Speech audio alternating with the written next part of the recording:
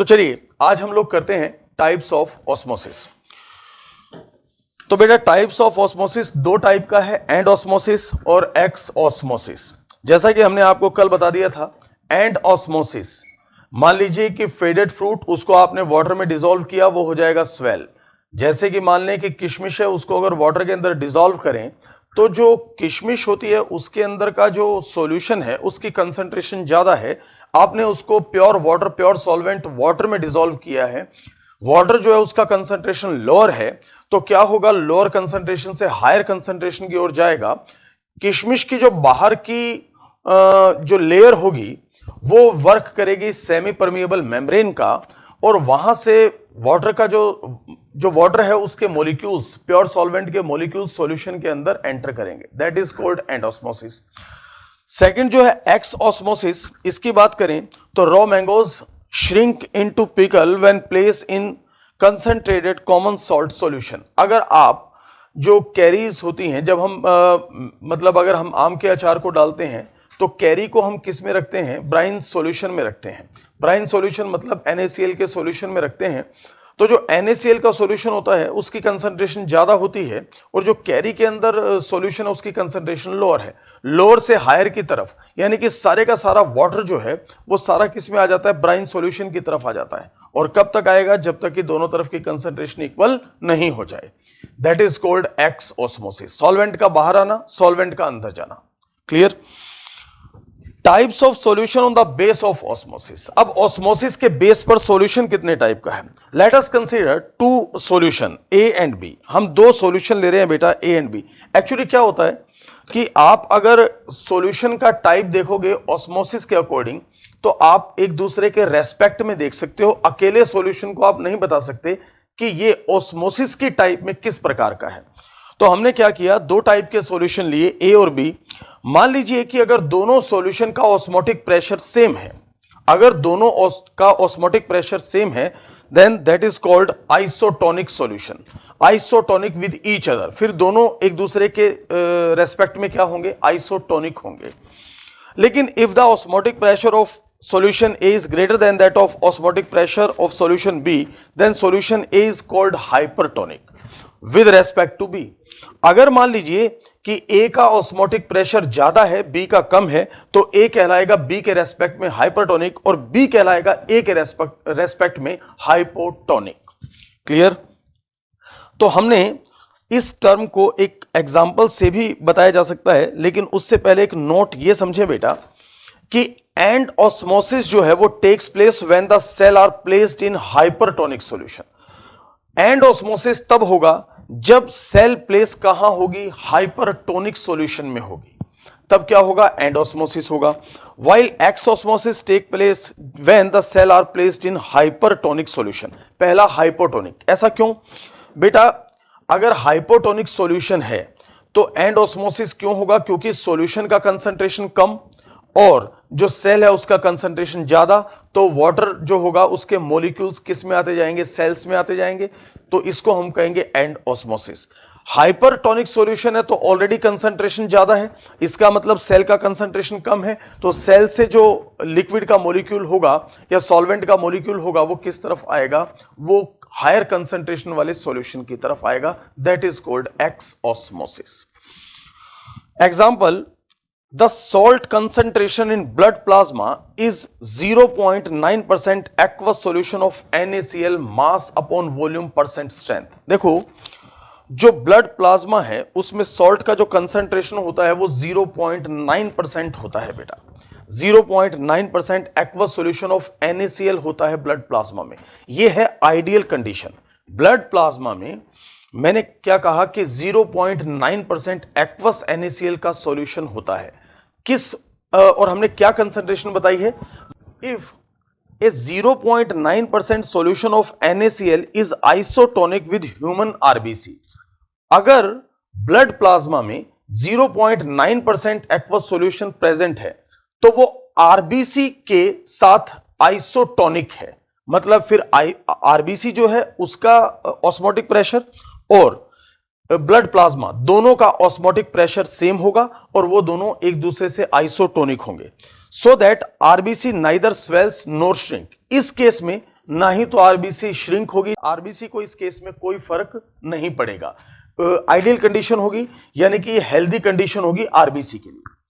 लेकिन if concentration of NaCl solution less than 0.9%, अगर NaCl का कंसंट्रेशन लेस देन हुआ 0.9%, तो ये कैसा सॉल्यूशन हो जाएगा? ये हाइपोटोनिक सॉल्यूशन। इस केस में क्या होगा? अगर ये हाइपोटोनिक हुआ तो ये लोअर कंसंट्रेशन का हो जाएगा। इस केस में जो आरबीसी होगी उसमें जो सॉल्यूशन का कंसंट्रेशन है वो ज्यादा होगा। तब क्या होगा? तब इसके अंदर सॉल्वेंट के पार्टिकल्स जाते जाएंगे। अगर आरबीसी में सॉल्वेंट का पार्टिकल जाता गया तो आरबीसी क्या हो जाएगी? स्वेल हो जाएगी, फूल जाएगी। दैट मीन्स मतलब होगा क्या? ब्रस्ट भी हो सकती है, फट भी सकती है। आप मेरी बात समझ रहे? Third case, if concentration of NaCl solution higher then 0.9%, अगर मान लो कंसंट्रेशन 0.9% से हायर हुआ, अगर हायर हुआ तो सॉल्यूशन कैसा बन गया? ये हाइपरटोनिक। अगर हाइपरटोनिक बन गया, so the RBC shrink in this solution, फिर क्या होगा? ये सॉल्यूशन हायर कंसंट्रेशन का हो जाएगा। आरबीसी में जो सॉल्यूशन है वो लोअर कंसंट्रेशन का है, तो आरबीसी से जो सॉल्वेंट का मॉलिक्यूल है वो किस तरफ जाएगा? ब्लड प्लाज्मा की तरफ। तो आरबीसी क्या हो जाएगी बेटा? श्रिंक हो जाएगी। समझ रहे हो मेरी बात? तो ये आइडियल कंडीशन है, बाकी दोनों क्या हुई? Non ideal conditions. चलिए अब आती है बात बेटा एक्सप्रेशन ऑफ ऑस्मोटिक प्रेशर। तो बेटा अब हम कर रहे हैं इसमें expression of osmotic pressure. Expression of osmotic pressure से मेरा मीन ये है बेटा कि जैसे अभी तक हमने जितनी भी कॉलिगेटिव प्रॉपर्टीज की हैं उन सब में एक फॉर्मूला ड्राइव किया है। वो फॉर्मूला क्या है? बेसिकली वो फॉर्मूला बेसिकली अगर आप उसको यूं समझें तो हम ऑस्मोटिक प्रेशर से जो सोल्यूट है उसके मास को कैलकुलेट करना चाहते हैं, या यूं कहें कि जो सोल्यूट है उसके मास और जो कॉलिगेटिव प्रॉपर्टी है उसके बीच रिलेशन। यही काम हम यहां पर कर रहे हैं एक्सप्रेशन ऑफ ऑस्मोटिक प्रेशर में, कि जो सोल्यूट का मास है और जो ऑस्मोटिक प्रेशर है उसके बीच क्या रिलेशनशिप है।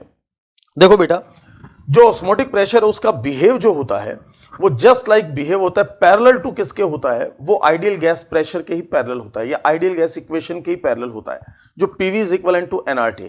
बस फर्क सिर्फ इतना है, ऑस्मोटिक प्रेशर और प्रेशर में सिर्फ एक डिफरेंस है कि ऑस्मोटिक प्रेशर जो होता है वो किसी के रेस्पेक्ट में मेजर किया जाता है, जबकि जो प्रेशर होता है वो इंडिविजुअल मेजर किया जाता है। बस सिर्फ फर्क, मतलब अगर कोई बीकर पड़ा है अकेला तो हम उसमें ऑस्मोटिक प्रेशर को मेजर नहीं कर रहे हैं, हम ऑस्मोटिक प्रेशर को किसी के रेस्पेक्ट में, एक तरफ सॉल्यूशन पड़ा है हायर कंसंट्रेशन का, एक तरफ लोअर कंसंट्रेशन का, वहां पर होगा osmotic pressure. Are you getting my point? जबकि जो प्रेशर होता है वो सिर्फ होता है गैस का, वो इंडिविजुअल होता है। तो वैसे तो बिहेव जो होता है इसका जस्ट लाइक टू किसके होता है? आइडियल गैस के ही इक्वल होता है, बस सिर्फ फर्क इंडिविजुअल का और किसी के रेस्पेक्ट होने का है। तो अगर ऐसा है तो आइडियल गैस इक्वेशन मेरे पास क्या होती है बेटा? PV is equivalent to nRT। तो क्या किया? From ideal gas equation, from ideal gas equation, ideal gas equation, जो आइडियल गैस इक्वेशन है बेटा उसी से हमने इसका जो है फॉर्म किया हुआ है। तो यहां से हमने ले लिया बेटा pi V is equal to nRT। जैसे वो PV होता है, यहां pi V is equal to nRT। मैं जितनी भी यहां पर टर्म्स यूज कर रहा हूं V, N, RT, उन सब के बारे में हम एक तरफ बता देंगे, लेकिन पहले इस फॉर्मूला को लिखा जाए और इसमें क्या क्या कैलकुलेट किया जा सकता है।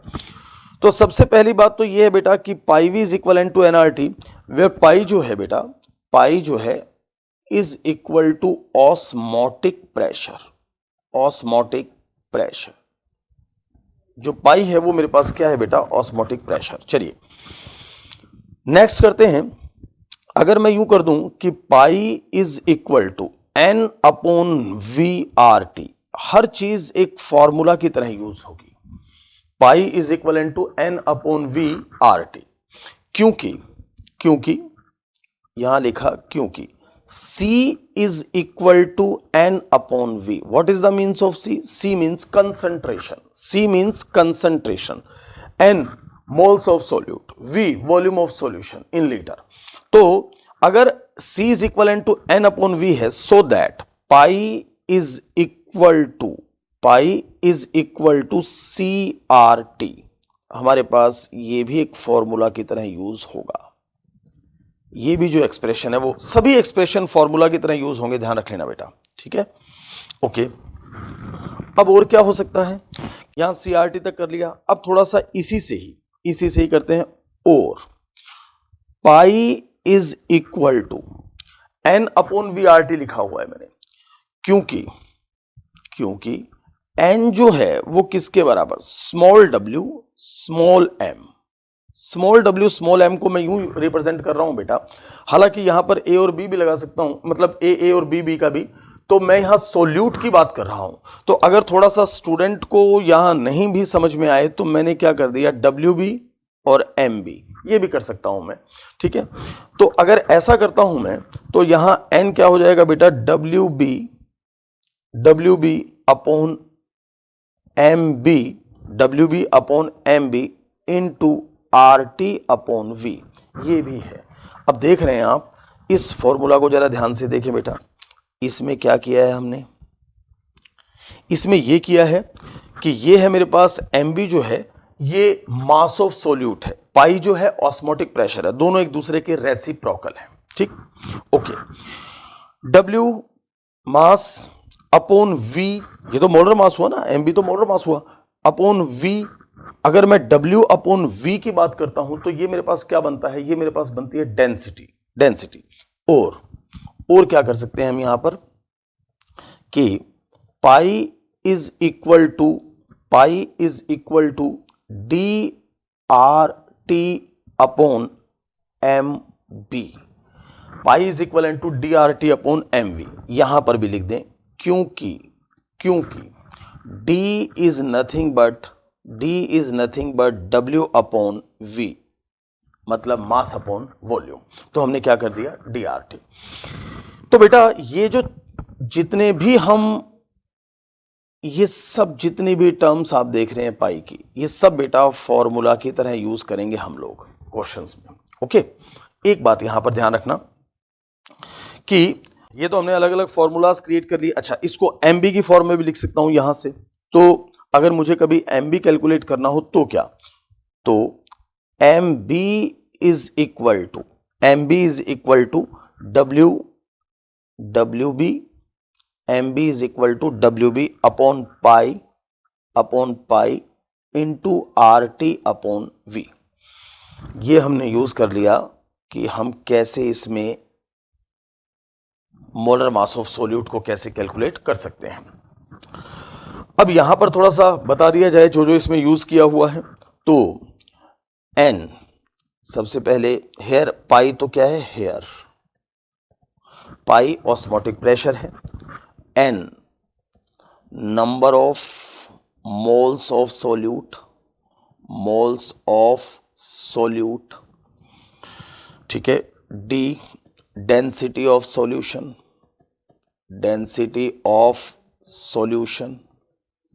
ठीक, WB mass of solute, MB molar mass of solute,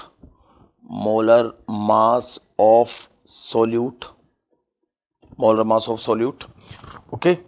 C concentration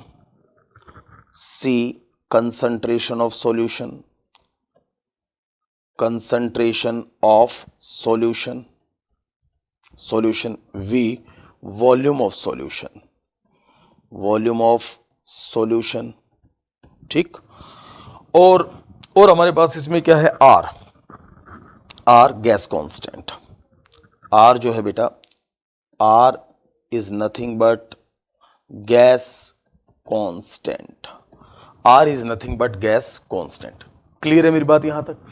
एक बात को और ध्यान रख लेना, अगर दो सॉल्यूशन दिए हुए हैं और दोनों सॉल्यूशन, जैसे मान लीजिए कि आपको सॉल्यूशन में कंसंट्रेशन दे रखा है या कंसंट्रेशन दोनों सॉल्यूशन का अलग अलग बता रखा है आपको, और दोनों बता रखे हैं कि आपको दोनों जो हैं आइसोटोनिक है एक दूसरे के, आइसोटोनिक। तो उस केस में क्या हुआ बेटा कि आपने क्या लिख दिया, इसका मतलब क्या है कि मैं वैसे केस बता रहा हूं बेटा, केस समझो, एक क्वेश्चन है जिसमें दो सॉल्यूशन अलग अलग कंसंट्रेशन के हैं, क्लियर।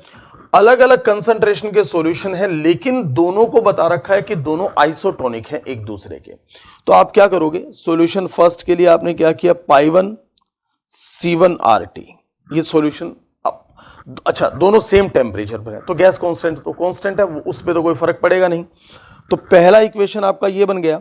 सेकंड इक्वेशन क्या बन जाएगा आपका, π1 is equal to C1RT, second बन जाएगा π2 is equal to C2RT, second equation. But क्योंकि क्वेश्चन में दे रखा होगा कि π1 इज इक्वल टू किसके है, π2 के है, तो अब आपको क्या करना है, RT से RT कैंसिल हो गया, दैट मीन्स क्या हो जाएगा, C1 is equal to C2। फिर जो दिया हो उससे आप C1 देकर आपको n की कोई वैल्यू पूछ ली या C2 देकर आपको कोई n2 की वैल्यू पूछ ली, जो भी पूछ ली। कहने का मतलब है आप क्वेश्चन कैसे पढ़ेंगे, आइसोटोनिक है तो आपको क्या करना है, फिर पाई को आपको छोड़ देना है, दोनों इक्वेशन को आपको बराबर रखना है। समझ लो मेरी बात। तो ये फॉर्मूला हमने ड्राइव किया।